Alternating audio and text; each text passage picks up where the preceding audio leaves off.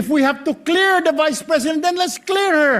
If we have to prosecute, then prosecute her with the evidence kung meron. Not waste our time kung ano-anong sinasabi natin dito to protect ourselves, to defend ourselves. This is not the right forum, Mr. Presiding Officer. Kindly wind up, Mr. Senator Senate Judge President. Erwin Tulfo. This is not the right Here. forum. Sabi ni Senator Joker Arroyo, it is useless to argue a legal point with a non-lawyer. When Senator Marcoleta brought that up here, nagkaroon ng commotion. Senator Miriam stood up here many times and said, kaya ka nga nagpo 4 years na law school at nagbabar. So let me I give do my... not have 4 years of law, but I have 29 years of lawmaking. Nais ko lamang pong basahin ng napakaigsing manifestasyon po. The gentleman may proceed with his manifestation. Maraming salamat po. A'udhu billahi minash shaitanir rajim. Bismillahirrahmanirrahim. Alhamdulillah rabbil alamin. Aming mga kasama, ako po'y humihingi ng paumanhin sapagkat dito pong nakaraang linggo, lumabas po sa mga balita na may aligasyon na ako daw po ay hindi sumusunod sa batas. Ito po ay nakalulungkot para sa isang senador, sa isang senator judge, ang masabihan na hindi sumusunod sa batas. Samantalang nung tayo po ay merong mahal na saksi dito, pinaalala po natin sa kanya na harapin ang batas. Noong nakaraang linggo, ang atin pong kaibigan na ombudsman, ang sinabi po ng mahal na ombudsman na ako daw po ay hindi sumunod sa kanilang pasabi na mag-file ng aking counter affidavit. Nakakalungkot po ito sapagkat hindi po ito totoo. Inaamin ko po sa inyo kung ICC lang, hindi po talaga ako susunod. Hindi ako magpapasakop sa ICC. Pero dahil ginagalang ko po ang ombudsman, dahil siya po ay aking kaibigan na itinuturing, dahil nagkaroon na po kami ng napakahabang kwentuhan sa aking opisina nung siya po ay kalihim ng hustisya, nag-file po kami. Ito po, hawak ko po ang original. Dahil sa akin po, importante ang original. Ito po ang original, nakalagay po dito. Nag-file ako. Nakalulungkot po na pati ang media ay nakikisama sa ganitong klasing propaganda na ang isang senador ay hindi sumusunod sa batas. Isang senator judge. Ito po, maaari ko po kayong bigyan ng kopya, mga mahal kong kasama, para mapatunayan na hindi ko po kayo ilalagay sa kahihiyan. Ako po ay nag-submit ng aking counter affidavit. At ganun din po, humihiling din po ako sa aking mga kasama, lalong-lalo na po sa aking kaibigan, Ginoong Pangulo, na sa mga ganitong pagkakataon, hinihingi ko po na tulungan din po ninyo kami. Na maipaliwanag din po namin sa media na meron din po kaming mga pagkakataon na ipagtanggol din ang aming sarili at kami wag husgahang kaagad na kami hindi sumusunod sa batas.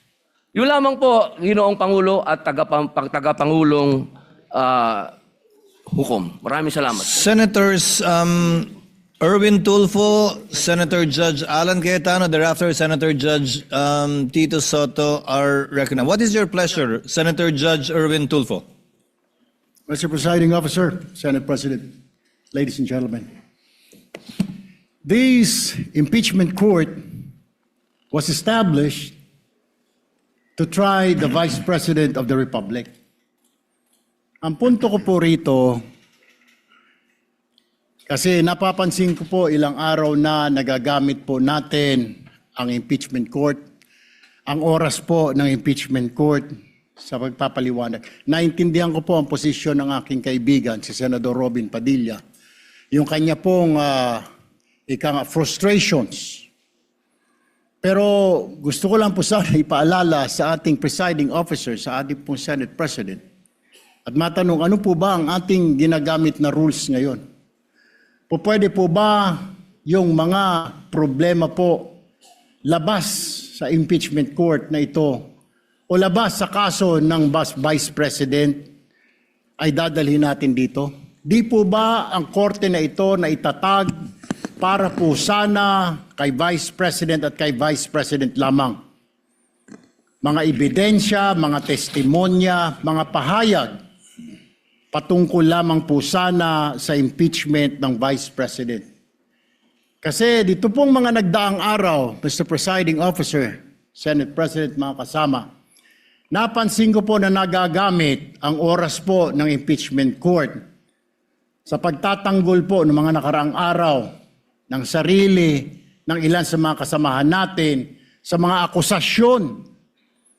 This is not the right forum and the right venue and not the right time to explain your situation.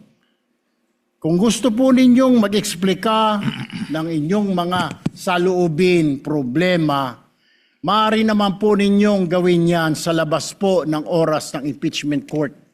Maaari pong sa press conference, nandyan naman po ang Senate media. Anytime po, nandoon sila sa Senate briefing room, press briefing room. Maaari din po sa Facebook o sa YouTube magpaliwanag.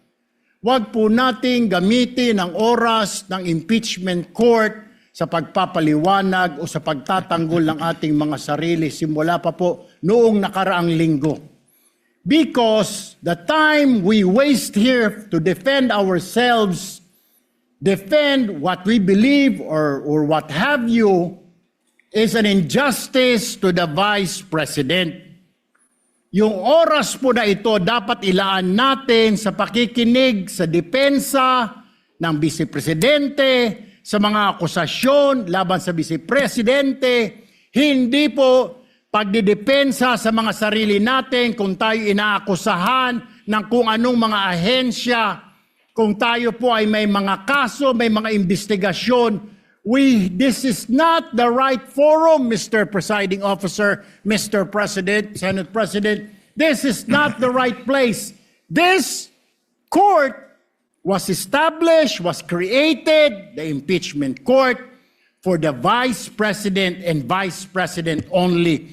This should be her time. This should be her forum, not our forum here, na ilabas natin ang saloobin natin, mga sagot natin sa mga akusasyon, mga kaso laban sa atin. And this is not also the time, Mr. President, Mr. Presiding Officer, na hanapin yung mga kasama nating nawawala, nakakulong, dapat po doon sa Senado natin, sa sesyon natin, and not here in this court, Mr. Presiding Officer, Mr.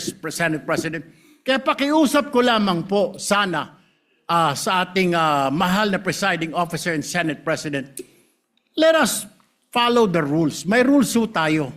Kung hindi naman ho patungkol sa Vice President na sasabihin natin, hindi naman po patungkol sa depensa o prosekusyon ng Vice Presidente natin, then wag na ho natin payagan na magsalita pa po dito because nasasayang. Because every minute, every hour that we waste away from the defense or from the prosecution of the case of the Vice President, it is injustice. It is called injustice to the Vice President, to her family, yung anguish, yung kanyang sama ng loob, yung oras na nakabinbin ang kaso na ito. Let us do this impeachment trial as quickly as possible. If we have to clear the Vice President, then let's clear her. If we have to prosecute, then prosecute her with the evidence kung meron.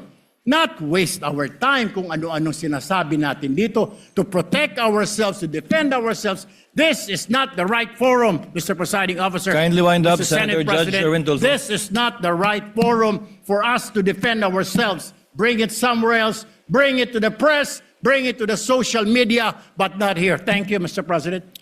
The remarks of the gentleman are noted. Earlier, Senator Judge Alan asked to be recognized. Are you yielding in favor of Senator Judge Padilla?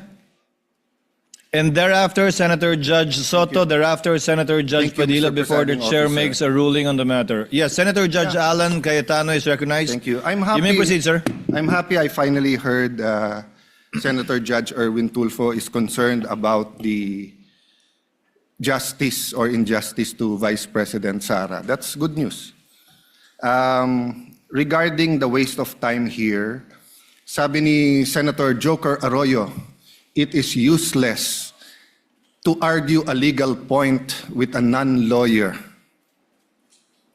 When Senator Marcoleta brought that up here, nagkaroon ng commotion. Senator Miriam stood up here many times and said, kaya ka nga nagpo 4 years na law school at nagbabar. So let me give my own interpretation. The impeachment court is formed with lawyers and non-lawyers. And we interact, and it's for everyone, and we're equal. But if there's an engineer here or a doctor, and they talk about medical principles, I have to either study and argue on medical principles. Hindi ko pwedeng sabihin, hindi, ganito lang yan, logic lang yan, etc. Di ba? So, ang legal principle natin today is simple, integrity ng court. So, allow me to mention that to the people and help educate my colleague here. The integrity of the court and the justices or judges is always relevant. So if the Supreme Court or COMELEC, Court of Tax Appeals, Sandigan Bayan is being heard and the judges are being threatened, you give them time. So we cannot take the impeachment out of context. May nangyayaring flood control scandal, may nangyayaring gulo sa Team Unity na hindi na united ngayon. We consider Senator Marcoleta and Senator Jinggoy political prisoners, weaponized yung Blue Ribbon Committee at weaponized yung ano. So Mr. President, hindi tama na sabihin na I wasn't, after we brought up the problem with NBI, they doubled down, naggumawa pa ng task force. I mentioned 2 colleagues sa SALN, I didn't accuse them. Sabi ko lang, just like Vice President Sara, just because tumaas ang SALN, can we already ask for the BIR, for the AMLA and the bank accounts? So sabi ko, yan ang i-discuss namin sa Monday. Nag-react na, nag-accuse. I did not take up your accusations here today. Si Secretary Vince Dizon, 3 beses na nag-verify sa Taguig. Sinabi na 3 beses na walang ghost. Ngayon, i-verify ulit. I wasn't going to bring that up, but then i-question ninyo si Senator Padilla. It was all over the news na hindi niya inintindi or he snubbed the ombudsman. I was going to stand up before Senator Erwin stood up just to say, may registered mail. So nung una pa lang, 5 minutes si Senator Tulfo, so I'll take the 5 minutes also if you don't mind. The gentleman may proceed and Yes. kindly be mindful of the time. Yes, I will now. So I'm just saying, Senator Padilla just stood up to say, sumusunod siya sa batas. Tapos, kaya humaba to, dahil nga, hindi importante ata dito yung integrity ng judge. Lastly, kaya sinabi kong it's useless to argue a legal point. Ilang beses ko na narinig dito. It's our job to clear or prosecute the Vice President. Hindi po. It's our job to try and to decide. It's the prosecution's job to try to prosecute, and it's the defense job to convince us na wala. Our job is to try and to decide. And when you decide, you acquit or you convict. Why is that important? These are legal terms. Hindi pwedeng yung nanonood na law student ngayon sasabihin, trabaho pala ng judge to clear or to prosecute. Thank you, Mr. Presiding Officer, Mr. Senate President. Thank you, Senator Judge Alan Cayetano. His remarks are noted. Senator Judge Soto, thereafter, Senator Judge Padilla, thereafter, the presiding officer shall make a ruling.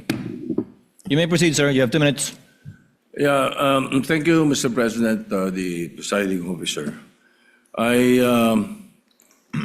do not have 4 years of law, but I have 29 years of lawmaking.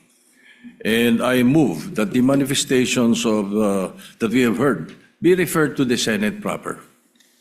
We will act on it at the proper time, Your Honor. Thank you. Your remarks are noted. Senator Judge Padilla is recognized. You may proceed, sir. You have 2 minutes. Maraming salamat po, aming tagapamahalang hukom.